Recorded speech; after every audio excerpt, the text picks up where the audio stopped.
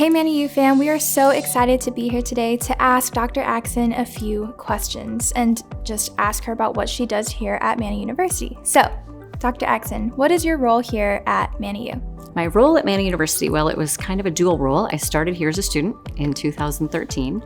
I transferred in some credits, so I was a returning student. Had gone to college decades ago and just never finished my degree. So, 2013, started as a student and then came on staff part-time after that and just worked, went on to get my master's and my doctorate and became a dean here. So I was dean of development. I had been dean of students for a short time, dean of sites, working with the sites. My favorite role here, I have to say, was campus chaplain for the students and the staff. How long have you been at Manna U? Since 2013, so almost 10 years now. That I started on as a student and then staff too. So 18 years between Manna Church and Manna University. Why did you feel called to this school? Well, I had heard about it when I was working on staff at Manna Church. Dr. Crowther had approached me and asked if I would come on and help the university get accredited, and I just wasn't quite ready back then. But I was sitting, I can tell you where I was sitting. At the real estate office, I was doing real estate, and the Lord just came to me and said, I want you to go back and finish your degree. And I said, is that you? I said, are you sure? Because you were there, God, the first time we tried to finish, do the degree. Are you sure this is you wanting me to do it again? And all the questions come back for, returning students and new students. How am I going to pay for it? And do I have the bandwidth? Can I actually do it? What's my degree? Where would you want me to go? And he made it very clear Manna University was where he wanted me to go, and I'm so glad. The education here is by far the best that I've gotten, so very grateful. That's so cool. What would be one word of encouragement that you would give a potential student or even staff member going through that same kind of thing, thinking, God, is that you? Is that your voice when they see Manna University? Yeah. Clarity is always good, but also courage is good too.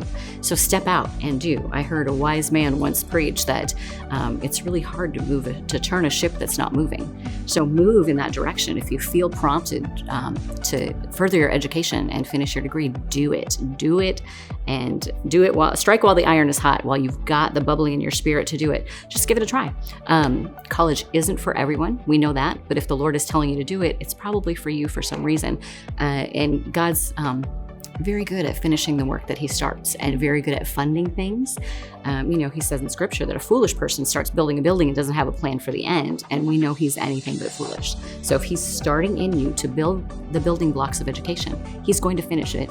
He's going to fund it, and he's going to open all the doors. He's going to give you the time to study. I was single with still 2 kids at home and working 2 jobs, and he told me to go back to school on top of it, and now I have my doctorate. So if anybody can tell you that you can do it, I can. Where are you headed, and what does your next adventure look like? Oh, my next adventure is going to be the most fun I think I've ever had. I was literally born for what I'm going to do next. So the Lord prompted my heart. I found out later in life that I was adopted from a Native American reservation. So I got reconnected to my family members there and realized that the reservation that I'm from is the poorest county in the nation. And so there's poverty, alcoholism, bad health, high rates of suicide, low rates of education. So when I got plugged back in with my family, I realized I have to do something.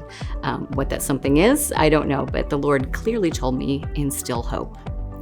And so I said, well, God, you're gonna have to help me operationalize that, because that's still a big task, So he helped refine that down to what piece is mine to do. So I've actually started a nonprofit. It's called the Indigenous Community Empowerment Network.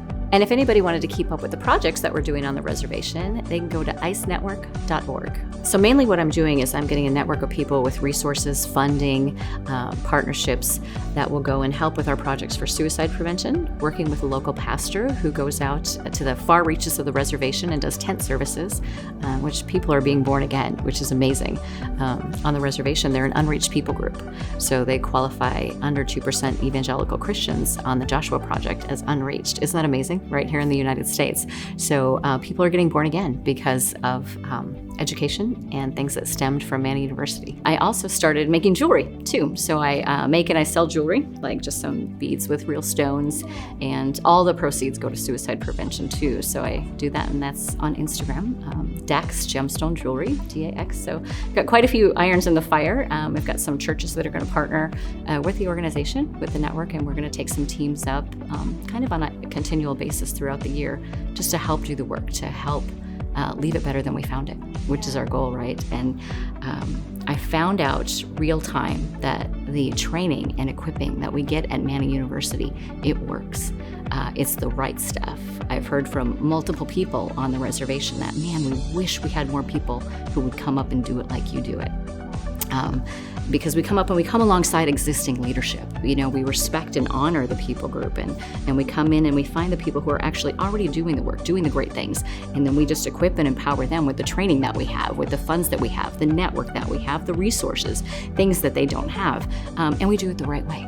You know, one of their biggest complaints is groups will come in and they'll just do a few things and leave just to check that altruistic box.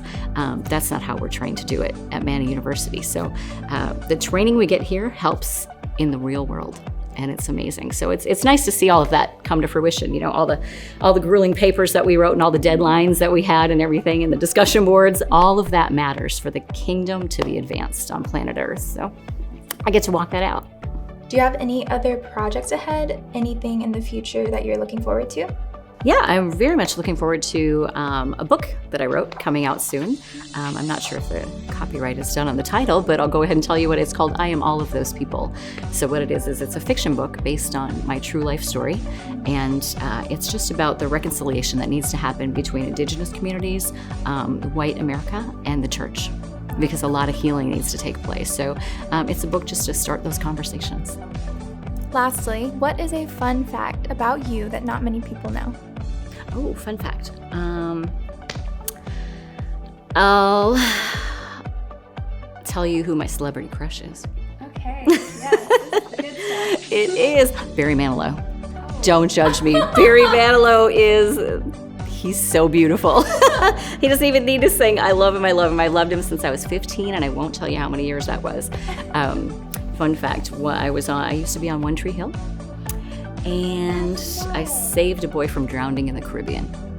Those are 3 fun facts about me. All right, thank you so much for sharing your story and your testimony and all that you're doing with us, Dr. Axon. Manna U fam, make sure to comment below some words of encouragement, a prayer over Dr. Axon and the nonprofit. If you are interested in keeping up, be sure to check out icenetwork.org.